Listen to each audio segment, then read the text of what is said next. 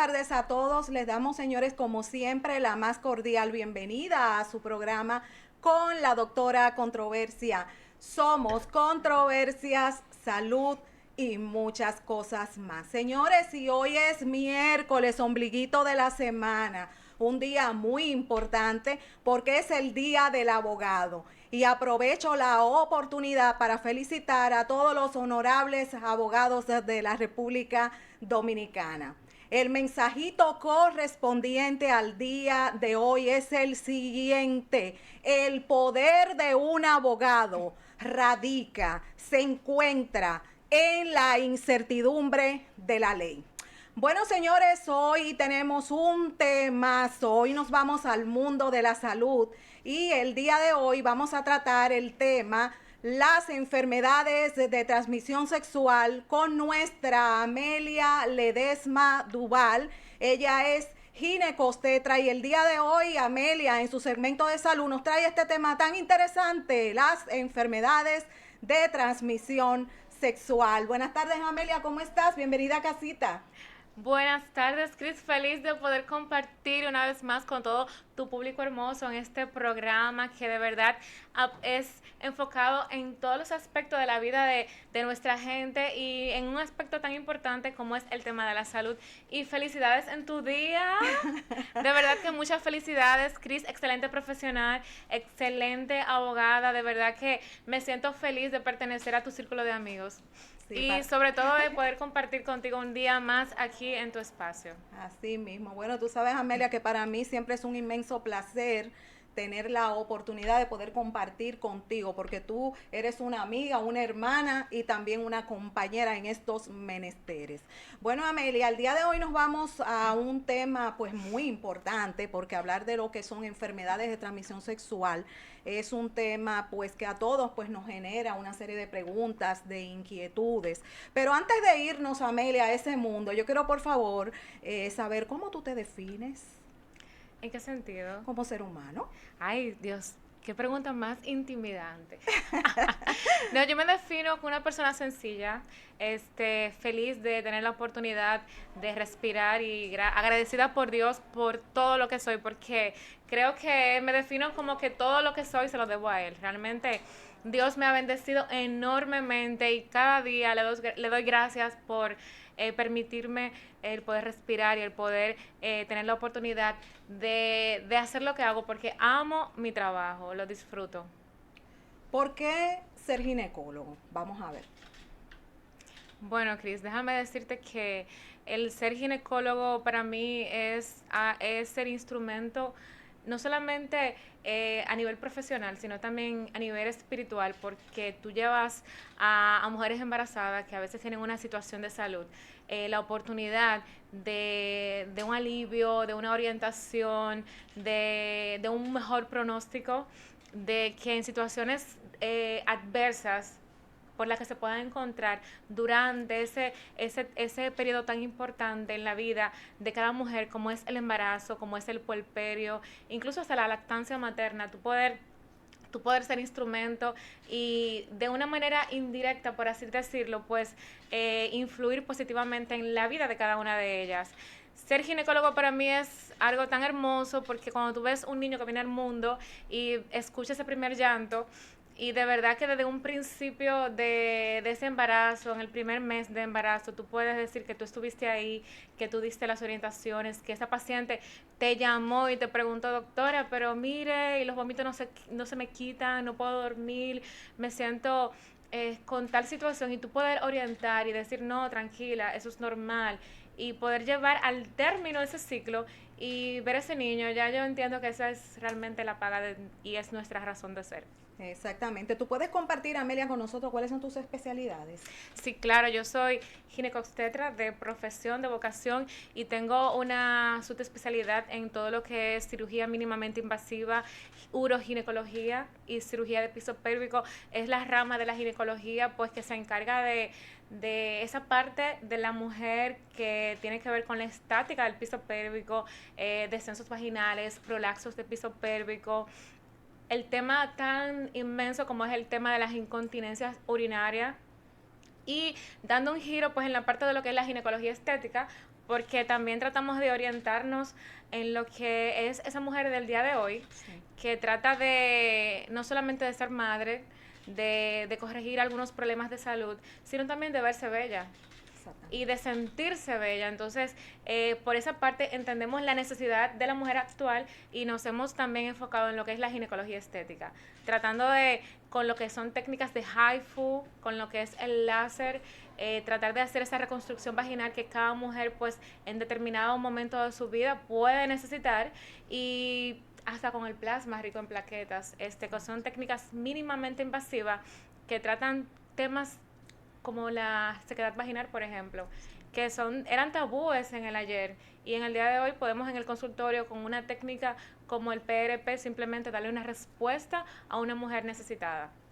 Entonces ya para resumir, pues desde el punto de vista de la ginecología como base, pues nos enfocamos en la uroginecología y la ginecología estética, tratando de dar como un amplio margen de ventajas a nuestras pacientes.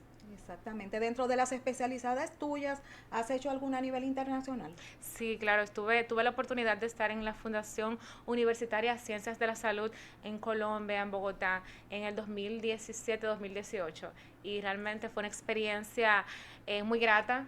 Estuve con maestros de maestros allá, como el doctor Carlos Díaz Tamaras, donde no solamente tratamos temas como lo que es la cirugía de piso pélvico como tal, sino también la paroscopía, histeroscopia, donde tú puedes ofrecerle a una paciente ventajas quirúrgicas sin tener este tema tan señalizado como algunas de ellas, que es esa cicatriz, por ejemplo, donde tú con una cirugía mínimamente invasiva, ya sea vaginal o laparoscópica, tú puedes tener las ventajas de una cirugía sin tener que someter a esa paciente pues a los conceptos tan abruptos de la cirugía como era en el tiempo de antes, que el sangrado, que Ujú. las infecciones o las cicatrices por cirugías que realmente ya en estos tiempos no se hacen, como es la infraumbilical media, que teníamos pacientes que para poder hacerle una cirugía anteriormente le hacían una incisión a mitad del abdomen Sí. para poder hacer una exploración en la cavidad abdominal.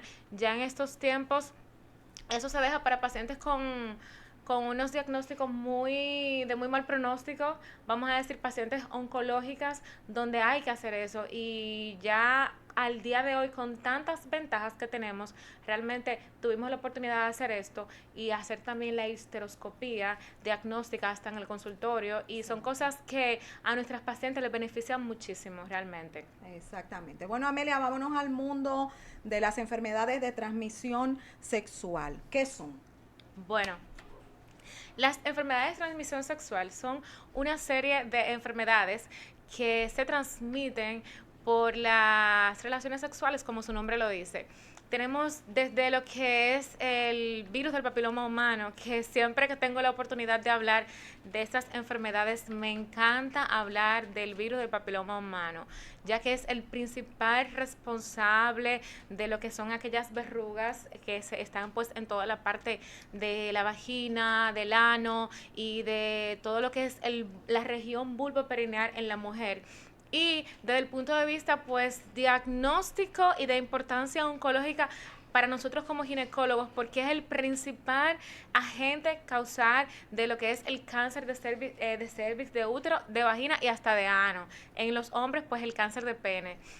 Siempre que tenemos la oportunidad de hablar de enfermedades de transmisión sexual, aquellas patologías que se van pues a transmitir por las relaciones sexuales, por el intercambio de fluidos a través de la región genital, pues no podemos dejar nunca este virus. Es una de las principales causas de consulta y diría yo, de miedo, de molestia, de confusión en las pacientes al día de hoy, porque hay muchas pacientes que tienen este diagnóstico.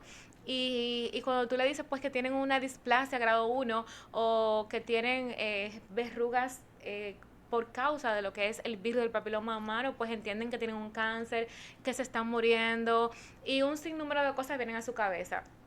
Es sí responsable pues de cáncer cervicuterino, pero no quiere decir que una persona que tenga papiloma vaya estrictamente a desarrollar un cáncer. No quiere decir, son dos cosas muy diferentes. De ahí que siempre tenemos la oportunidad de hablar y al final de cada tema damos el mismo mensaje. la prevención en salud es lo más importante. Una paciente que asista a su ginecólogo anualmente, que se realice su citología, preferiblemente citología en base líquida, y que tenga un chequeo de rutina, no puede de la noche a la mañana desarrollar un cáncer, es imposible. La historia natural de lo que es el cáncer cervicuterino tiene una fisiopatología de mucha data. Se requieren hasta 10 años para que una paciente pueda desarrollar cáncer de cervix, cáncer de vagina, cáncer de útero, cáncer de ano o un varón cáncer de pene. Entonces, cuando tenemos un paciente en esta situación es porque ya ha habido un descuido, ha habido un largo lapso sin que esta paciente o este paciente pues asista a su médico de cabecera para pues dar un pesquisaje o una continuidad a quizás un diagnóstico que se hizo en un tiempo. Porque también tenemos, Cris, la situación de pacientes, por ejemplo, que tú le dices su resultado de la citología o del Papa Nicolau convencional, como se conoce, fue una displasia grado 1 o un NIC 1, como se conoce comúnmente. Tiene que venir en 6 meses a repetirse la citología porque sucede que hay que darle un seguimiento más de cerca porque ya usted tiene una situación y se aparecen a los 5 años. Ya tú sabes. Entonces ya hay, ¿qué te puedo decir? O sea, el pronóstico no va a ser tan favorable. Y el pronóstico siempre va a ser favorable dependiendo, claro está, del estilo de vida de ese paciente. Dígase si es un paciente con una sola pareja sexual, dígase si es un paciente que asiste rutinariamente a su ginecólogo pues para un chequeo, para un control, y dígase si es un paciente que no se va a perder. Porque si es un paciente que se pierde, llega a los 10 años, a los 5 años, pues ya hay un gran margen de tiempo perdido. Exactamente. Amelia, ¿cuáles son las enfermedades de transmisión sexual más comunes? Como mencionas, el virus del papiloma humano, también tenemos la gonorrea, tenemos la clamidia, tenemos la sífilis, tenemos enfermedades como por ejemplo el herpes. Entonces, ya si te vas a lo que es el virus del papiloma humano, que es ahora mismo yo diría que el más frecuente, luego le sigue lo que es el SIDA, el virus de la inmunodeficiencia humana adquirida, seguimos pues de la mano con el herpes, que puede ser genital, oral. Después pues tenemos las amigas de la clamidia, la gonorrea, y pues ya que son enfermedades que algunas de ellas se pueden curar, otras no, como es el caso, por ejemplo, del virus del papiloma humano, como es el caso de el mismo VIH, que son enfermedades que van a estar ahí. Y el herpes, que aunque se le da un tratamiento pues sintomático a los episodios que tiene el paciente, es una enfermedad que siempre va a estar ahí. Ya tu sistema autoinmune va a estar tocado por esta enfermedad, por este virus. Entonces, así, de esta manera, tenemos pacientes que periódicamente van a hacer crisis. Exactamente. Te tengo una preguntita un poquitito chocante, diríamos. Controversial. ¿Puede una persona contagiarse en un baño público de algún tipo de estas enfermedades de transmisión sexual?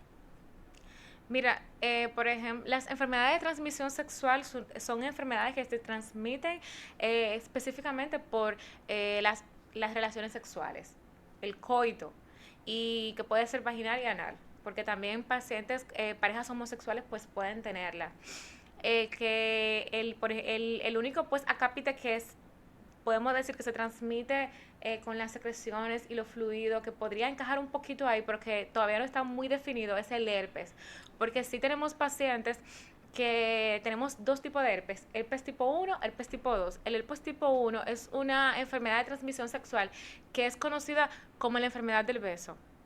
Que vemos comúnmente personas con vesículas en la comisura labial. Y generalmente estas vesículas son dadas por el herpes, que es porque se contagia con el fluido. El hecho de tú pues besar a alguien se puede contagiar. El hecho de tú tener algún contacto con ese fluido, con esa saliva, por ser en términos claros, de ese paciente con herpes, pues ya te vas a contagiar. Exacto. Igualmente, el hecho de que si en una piscina se pudiera contagiar es un tema un poco difícil, porque vamos a decir que las piscinas generalmente son cloradas. El tú depositar ese fluido en una piscina clorada, es muy difícil que este microorganismo vaya a sobrevivir ahí. Igualmente también que en el mar, en el agua salada, es muy difícil, de verdad que es muy difícil. Por eso que son enfermedades de transmisión sexual, porque es que la vía es, es sexual. Existen otras vías secundarias como por ejemplo las transmisiones a través de las transfusiones sanguíneas, pacientes que son politransfundidos, que en situaciones de su vida pues se ven en la necesidad de una transfusión sanguínea, pues entonces en ese momento sí tienen un factor de riesgo para que una de esas enfermedades pues se pueda transmitir. Pero, por ejemplo, la hepatitis también es una de esas enfermedades de transmisión sexual que me faltó por mencionar. Y también, aparte de la transmisión sexual, está la vía hematógena, es decir, a través de las transfusiones sanguíneas. El VIH por igual. Y por eso es que es tan importante pacientes que se vayan a realizar transfusiones sanguíneas, pues hacer a estas transfusiones y a los donadores de sangre todas las pruebas de lugar serológicas para descartar que tengan cualquier enfermedad de esta. Ya en términos de, por ejemplo, la clamidia, la gonorrea y son enfermedades que son de transmisión sexual, pero no son incurables. O sea, son enfermedades que gracias a los antibióticos en nuestra era, pues con antibióticos que su médico le prescriba en la consulta, pues tienen su resolución. Sí, obviamente se atiende el paciente a tiempo, porque es lo que te digo, tenemos la vertiente de un paciente dominicano, una paciente dominicana que se automedica, exacto, que tiene un flujo vaginal importante, tiene todos los síntomas de cualquiera de esas patologías y simplemente va a la farmacia y compra 5 óvulos y se lo pone. Los síntomas van a mejorar, claro está, pero ¿qué va a pasar? Ahí ya este microorganismo, esta bacteria está caminando en todo lo que es la vagina, útero, trompas de falopio y crea una enfermedad inflamatoria pélvica, te crea incluso bridas, adherencias y un síndrome pélvico adherencial producto de las mismas. Y si la paciente no ha tenido hijos, pues imagínate tú, hasta puede dar traste con la fertilidad. Exactamente. Desde el punto de vista, Amelia, de lo que es el sexo oral, ¿qué tipo de enfermedades de transmisión sexual podemos nosotros, pueden transmitirse a través del sexo oral?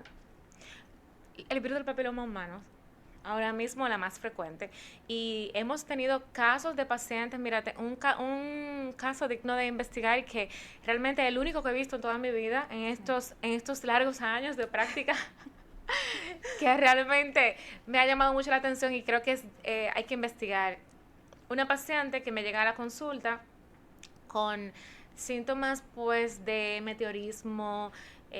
Meteorismo en términos médicos viene siendo como estas pacientes que siempre tienen flatos, muchos gases, distensión abdominal, dolor, constipación, que es lo mismo que el estreñimiento, incluso hasta melena, es decir, sangrado a través pues, de esas heces cuando la paciente defeca. Un sinnúmero de síntomas gastrointestinales, disfagia al momento, o sea, síntomas que tú te orientas por la parte, pues la paciente tiene síntomas meramente gástricos, exactamente. Pero ella va a donde mí porque simplemente tuvo un dato sonográfico que habla de un ligero líquido en fondo de saco de Douglas. Al momento de la evaluación le digo, no, tú tienes que ir donde que te realicen una colonoscopía, una endoscopía, porque realmente todo esto está muy raro. Sorpresa, cuando le hacen los estudios y tengo la biopsia, todos esos síntomas gastrointestinales por el virus del papiloma humano. Wow. Así mismo. Así me quedé yo. Wow. O sea, es que en las relaciones sexuales orales también tenemos intercambios de fluidos.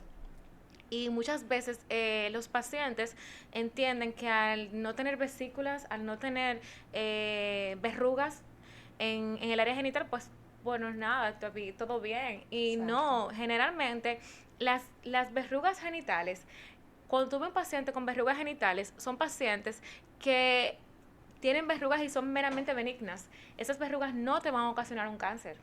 Ahora bien, los pacientes que no tienen verruga, generalmente son pacientes que pueden tener cepas de malignidad.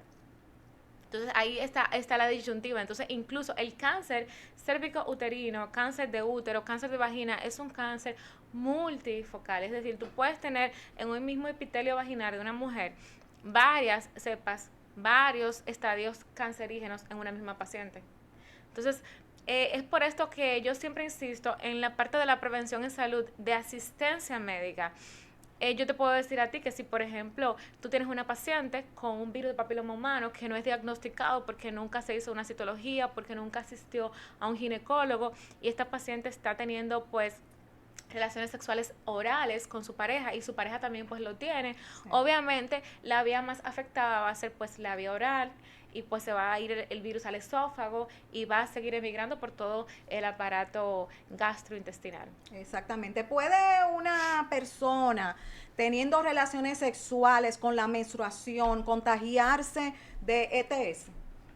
Claro que sí. ¿Y quién ha dicho que las relaciones sexuales con la menstruación son un factor protector? No, claro que no.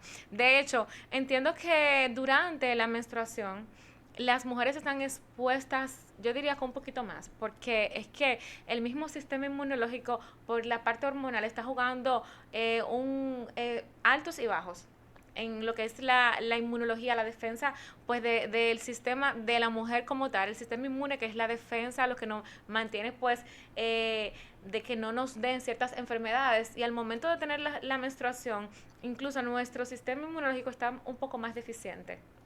Yo diría que es un error completamente. Aparte de que obviamente con las menstruaciones hay una descamación de ese epitelio que está en el endometrio, que pues va saliendo con el flujo menstrual, y el tener relaciones durante el ciclo menstrual predispone incluso a más infecciones vaginales. Es un factor de riesgo.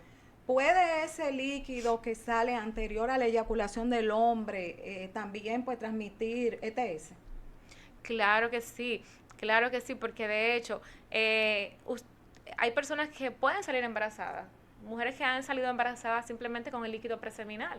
El hecho de que, como decimos, se dice comúnmente y escuchamos nosotros los ginecólogos de nuestras pacientes, que yo no sé cómo estoy embarazada porque generalmente nunca he tenido penetración. Sí. Es un término muy escuchado en ginecología, pero es que la población tiene que entender que el hecho de usted tener un roce, el hecho de que el hombre durante el acto sexual, pues, aunque no eyacule completamente, pero sí derrame el líquido preseminal en el genital de la mujer, contiene espermas, y esta poca cantidad de esperma tiene motilidad, y al tener motilidad, pues si llega al introito, a partir de ahí puede seguir caminando y llegar hasta pues el canal vaginal, y de ahí al cervix, y si llegó pues a la parte al útero, pues la paciente está ovulando, viene un embarazo sin ningún problema. Exactamente. Al hablar de ETS o enfermedades de transmisión sexual, ¿quiénes son las personas que tienen más riesgo? Las pacientes o los pacientes, porque también el hombre es afectado en esta parte, nos afecta a todos por igual. Son pacientes con factores de riesgos, aquellos que son promiscuos, que tienen diferentes parejas sexuales. Se recomienda cuando una persona de hecho ya es diagnosticado con una de estas enfermedades, cual sea una persona con una sola pareja sexual, que hable con su compañero, que le diga, pues mira, fui diagnosticado, estoy bajo tal terapia. En el caso de pacientes con VIH, muy importante incluso el uso de relaciones con condón, en caso de que su pareja pues no la tenga, de que sea abierto, pues se envían estos pacientes por esto a consejería para que sean abiertos, le explican a sus parejas la terapia que tienen, porque tienen también muchísimos efectos secundarios, sí. Y obviamente para que su pareja esté consciente del tipo de enfermedad que tiene. Son pacientes con riesgo, pacientes por ejemplo que iniciaron una vida sexual a muy temprana edad. ¿Por qué, Amelia? Porque imagínate tú, un paciente que vamos a decir, una paciente, en el caso mío, que haya iniciado vida sexual activa a los 12 años de edad, y ya pues a los 13 cambió, y ya pues te voy a decir algo, generalmente cuando se casan estas niñas a los 13 años, cuando tú vienes a verla con 30 años, no están con la misma pareja sexual, sí, con la que se casaron en una primera instancia. Han tenido muchos cambios de pareja y entran en pacientes con múltiples parejas sexuales. Y tenemos que recordar que cuando usted se acuesta con una persona, usted está acostándose con toda su historial sexual. Si ese hombre o mujer estuvo en relaciones sexuales sin protección, porque cuando hablamos de factores de riesgo, hablamos de aquellas pacientes o pacientes con múltiples parejas sexuales que no utilizan preservativos. Entonces ya ahí usted está acostándose con, vamos a decir que Pedro se acostó con 10 personas, se casó con 10 personas y María con 10. Cuando Pedro y María pues se casan y dejan a estas 10 personas, pues van mutuamente a intercambiar todo ese historial genético de todas esas enfermedades que esas 10 y 10 personas tuvieron cada uno pues en sus diferentes momentos. Y decimos que pues después de 2, 3 años pues se interrumpe la relación y María tiene 17 ya, se casa con alguien más. Cuando viene María a llegar al consultorio del ginecólogo a los 35 años para hacerse su primer papá Nicolau, ya María tiene un historial de 30 personas, Imagínate. juntando las de Pedro, las de ella. Entonces, con una primera citología a los 35 años, ya ahí tú tienes un paciente con un factor de riesgo que si no tiene una enfermedad de transmisión sexual importante, como lo sería, por ejemplo, un VIH, un sífilis, tenemos un paciente que es un potencial riesgo para virus de papiloma humano, que es la más frecuente. Y nosotros como ginecólogos, como siempre trato de transmitirle a la gente, tenemos especial cuidado cuando hablamos del virus y tratamos de que la gente entienda la importancia porque es responsable de cáncer de vagina y de cervix. Y te voy a decir algo, es un cáncer prevenible. Yo creo que el HPV cáncer es el único prevenible. Exacto. Entonces da pena que en nuestro país, que es un país pobre, Latinoamérica, que es una América Latina pobre, donde tenemos múltiples deficiencias de empleo, económica, de salud, las mujeres se estén muriendo por cáncer, por HPV, cuando es un cáncer prevenible. Exactamente. Al hablar nosotros de enfermedades de transmisión sexual, podemos hablar de síntomas y de algunos casos en los cuales, pues, aunque esté la enfermedad, realmente no presente síntomas a ese paciente. Bueno, por ejemplo, en el caso, para terminar de cerrar la parte del HPV, que es el virus Sí. del papiloma humano, tenemos que son pacientes que puede ser que no presenten síntomas realmente. Por esto la importancia de la evaluación, la prevención y la citología anual. Ya cuando el virus, por ejemplo, en la paciente va a desarrollar las verrugas acuminadas en todo lo que es la parte vulvoperineal de la mujer, ahí sí, obviamente, la paciente va a ir al ginecólogo, va a buscar asistencia porque le molestan las verrugas o porque se siente inquieta, porque algo está pasando, algo Sí. diferente. Un tipo de paciente que busca asistencia. Tenemos otros casos donde hay verrugas gigantes que obstruyen el canal vaginal y las pacientes no buscan asistencia. ¿Por qué? Bueno, ¿qué te puedo decir, Chris? Es algo que he tratado de entenderlo realmente. De verdad que sí, porque desde el punto de vista, pues, de tú como mujer, hasta de tu propio compañero sexual, es una situación difícil. Y generalmente, cuando me he topado con estos casos en el hospital, por ejemplo, son pacientes pobres, de muy escasos recursos, extranjeras, pacientes extranjeras que a veces el tú hasta poder lidiar con la situación es difícil, tienes que buscar un traductor para poder entender la situación y es un poco incómodo realmente. Que al final pueden terminar en cesárea, no puedes darle ni siquiera parto vaginal porque obviamente tienes condilomas gigantes que obstruyen todo el canal vaginal y es algo bastante monstruoso, por decirlo de alguna manera, que tú todavía no logras entender cómo se puede llegar a esta situación sin buscar una asistencia a tiempo. Ya en cuanto a lo que es, por ejemplo, la clamidia, la tricomonia vaginalis, que también es otra enfermedad de transmisión sexual, y la gonorrea, sí los pacientes van a tener síntomas, las pacientes van a presentar fluido, un flujo, una descarga vaginal importante, que puede ser amarilla, verdosa, en algunos casos blanquecina, que va a producir síntomas importantes, incluso al momento del orinar puede producir dolor, molestia, ardor, plurito, esta comezón, este ardor en todo el área y sí, obviamente dependiendo del tipo de microorganismo que esté actuando ahí, pues el ginecólogo le puede prescribir generalmente antibióticos vía oral es importante. Ya, por ejemplo, en el caso del hombre, en el caso del hombre vamos a hablar de que va a tener dificultad al momento de orinar, disuria, va a tener molestias al orinar, ardor también. Y en el factor masculino puede haber la parte de esta descarga, de esta secreción, que puede ser amarillenta, verdosa, que va a salir a través de la uretra masculina. sí, en el caso del hombre, en el pene. Y son factores, son síntomas que el paciente, la paciente van a ver y por esto van a buscar asistencia. Si pues obviamente llegan a tiempo y buscan asistencia a tiempo, se inicia una antibiótico-terapia, pues la resolución es factible, tiene buen pronóstico. Ahora, en el caso de pacientes que, como siempre decimos en el programa, Sí.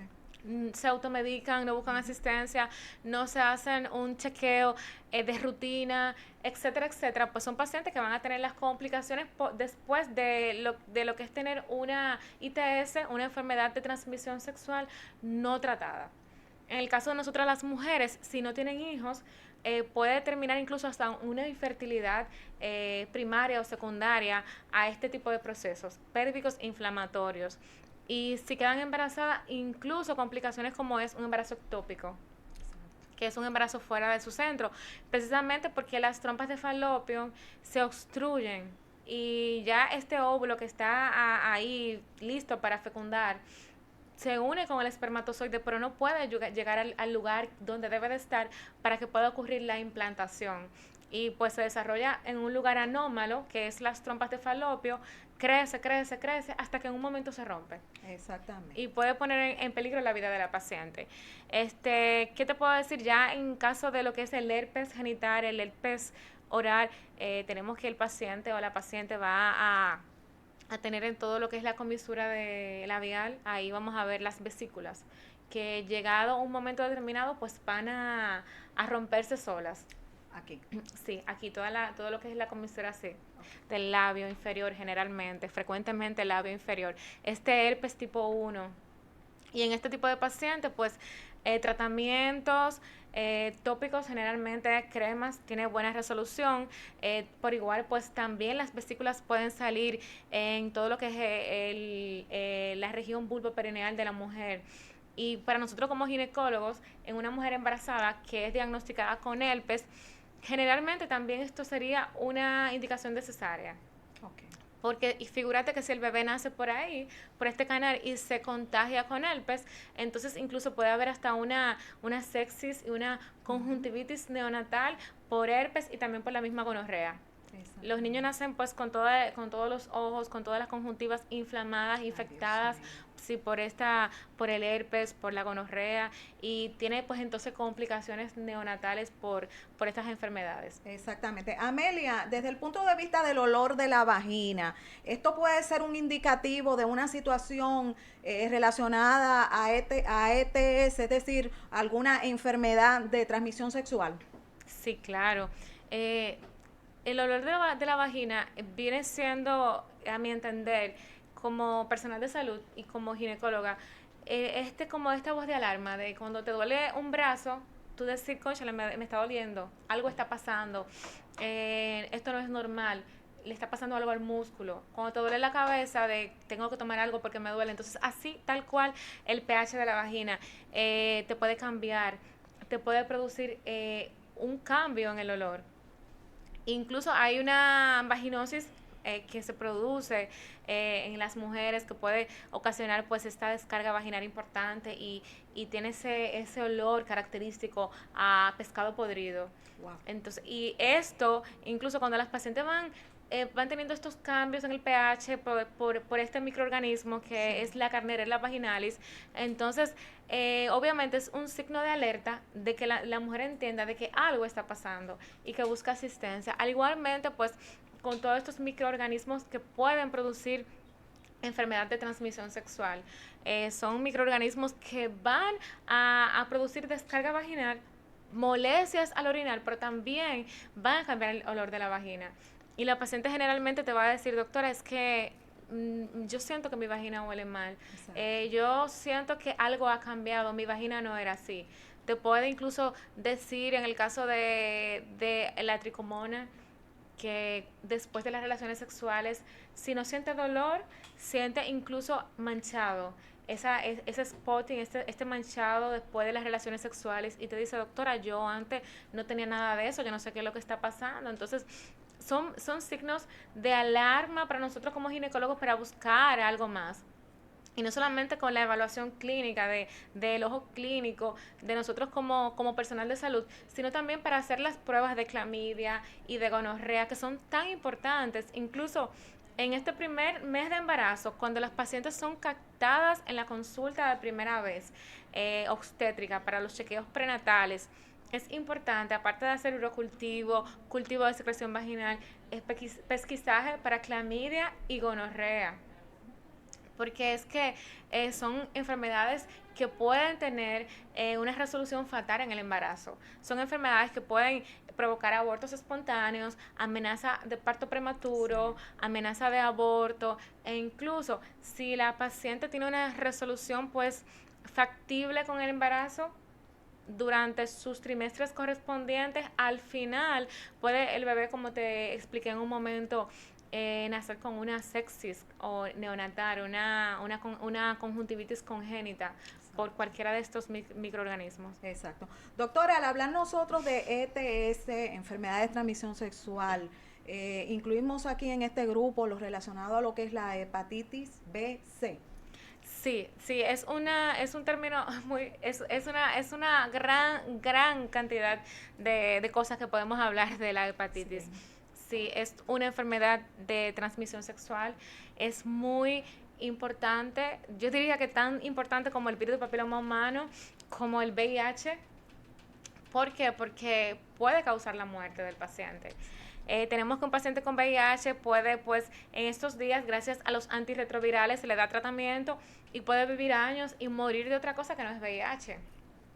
Pero con la hepatitis tenemos el tema de que si el paciente no se cuida, que todavía no hay un tratamiento así efectivo, de que se va a tomar todos los meses, de que hay una vacuna. Sí hay tratamientos paliativos. Okay. El paciente puede desarrollar con la hepatitis hasta un cáncer de hígado, un hepatocarcinoma. Y pues entonces tener problemas pues de ascitis, hepatoesplenomegalia, desarrollar un cáncer, cirrosis hepática y un sinnúmero de complicaciones fatales, porque recordar que el hígado tiene una función muy importante en nuestro sistema, en nuestro organismo.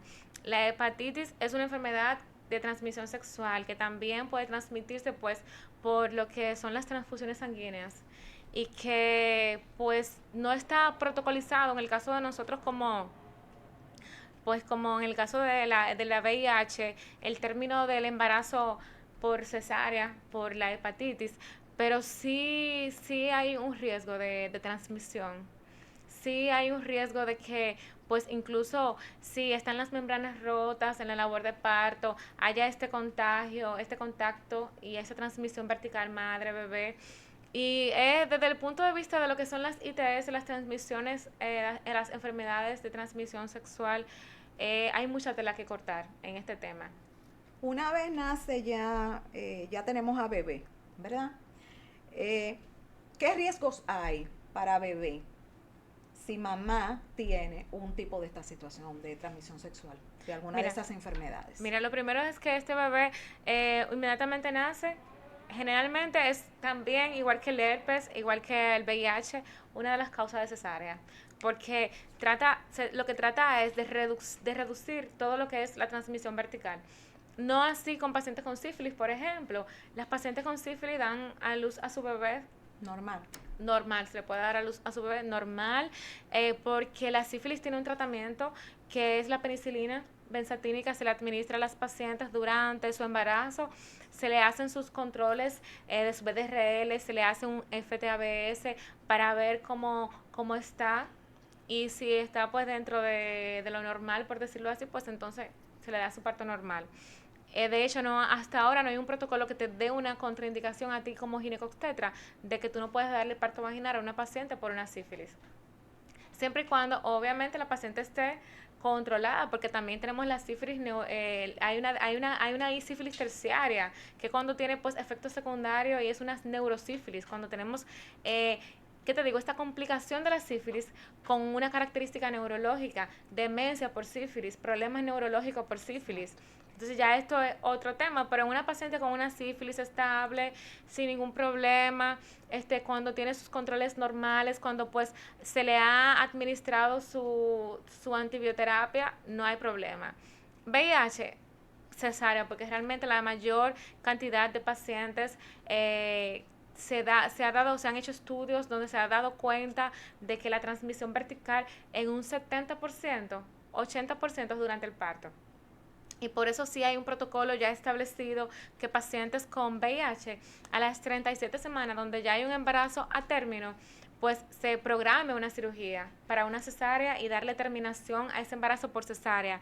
Ya ese bebé cuando se extrae, bueno, se entrega a un perinatólogo y este perinatólogo pues le da la asistencia con su primer antirretroviral al bebé y su seguimiento para ver pues de que el bebé tenga una cantidad de CD4, de CD3 adecuadas y no tenga este problema de la madre que sería el VIH congénito.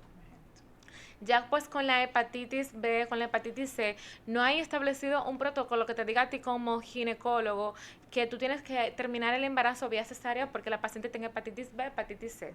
No, realmente eso no es una causa de cesárea, porque con los estudios que se han hecho no hay una muestra significativa de que al tú terminar el parto por cesárea, tú tienes menos transmisión vertical, que es realmente lo que se busca, una relación en cuanto a lo que es la transmisión vertical, si por parto es mayor o por cesárea es mayor, reducir este índice.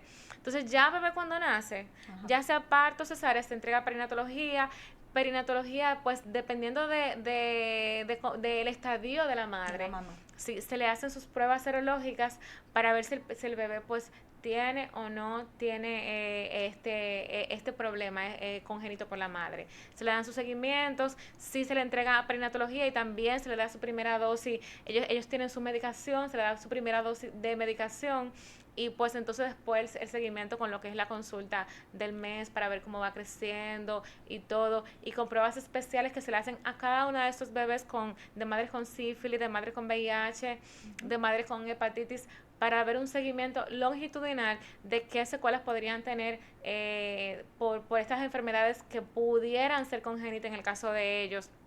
Muchísimos de estos niños nacen sin ningún problema y sobre todo cuando las madres han tomado su tratamiento durante el embarazo. ¿Qué te puedo decir? Las pacientes, por ejemplo, cuando asisten por primera vez a la consulta, se le envía a hacer pruebas rápidas para sífilis, pruebas rápidas para VIH y hepatitis. Vamos a decir que la paciente regresa a la consulta con pruebas positivas para cada una de ellas. Inmediatamente se ingresa a lo que es la consulta de la reducción de la transmisión vertical de estas enfermedades en la mujer embarazada. Y se instaura una terapia, ya sea por ejemplo en el caso del VIH con antirretrovirales, dependiendo de la paciente, porque se le envía a hacer analíticas, exámenes serológicos para ver qué cantidad de CD4, por ejemplo, tiene la paciente y para qué antibióticos pues ella sería factible darle a ella. Y igualmente con la hepatitis, pues también nos aunamos con lo que es la especialidad de gastroenterología, porque como te expliqué, el hígado es un órgano muy importante y el gastroenterólogo tiene que dar soporte al ginecobstetra con medicación generalmente para poder tener esta paciente al término del embarazo sin ninguna complicación. Igualmente con la sífilis, es un poquito más fácil con la sífilis porque ya la sífilis simplemente se le indican a las pacientes sus antibióticos, se lleva al término del embarazo y dependiendo pues de cómo esté la paciente en el momento, se toma la conducta de parto o cesárea. En la hepatitis es un poquito ambiguo porque todavía no hay como un protocolo tan establecido, como tan definido, pero ya eso está a intención de cada ginecobstetra, de cada personal de salud en el momento con el paciente, dependiendo de su evaluación, a ver pues la conducta que tomen. Exactamente. Bueno, Amelia, ahora tengo dos preguntas. Una relacionada a las consecuencias de las enfermedades de transmisión sexual y un punto que nunca dejamos de tocar cuando tocamos estos temas relacionados a la salud, prevención. Así es. La prevención, Cris, yo digo que es la piedra angular y es la razón de ser de nosotros haciendo este tipo de programas, porque de verdad que se aporta un granito de arena.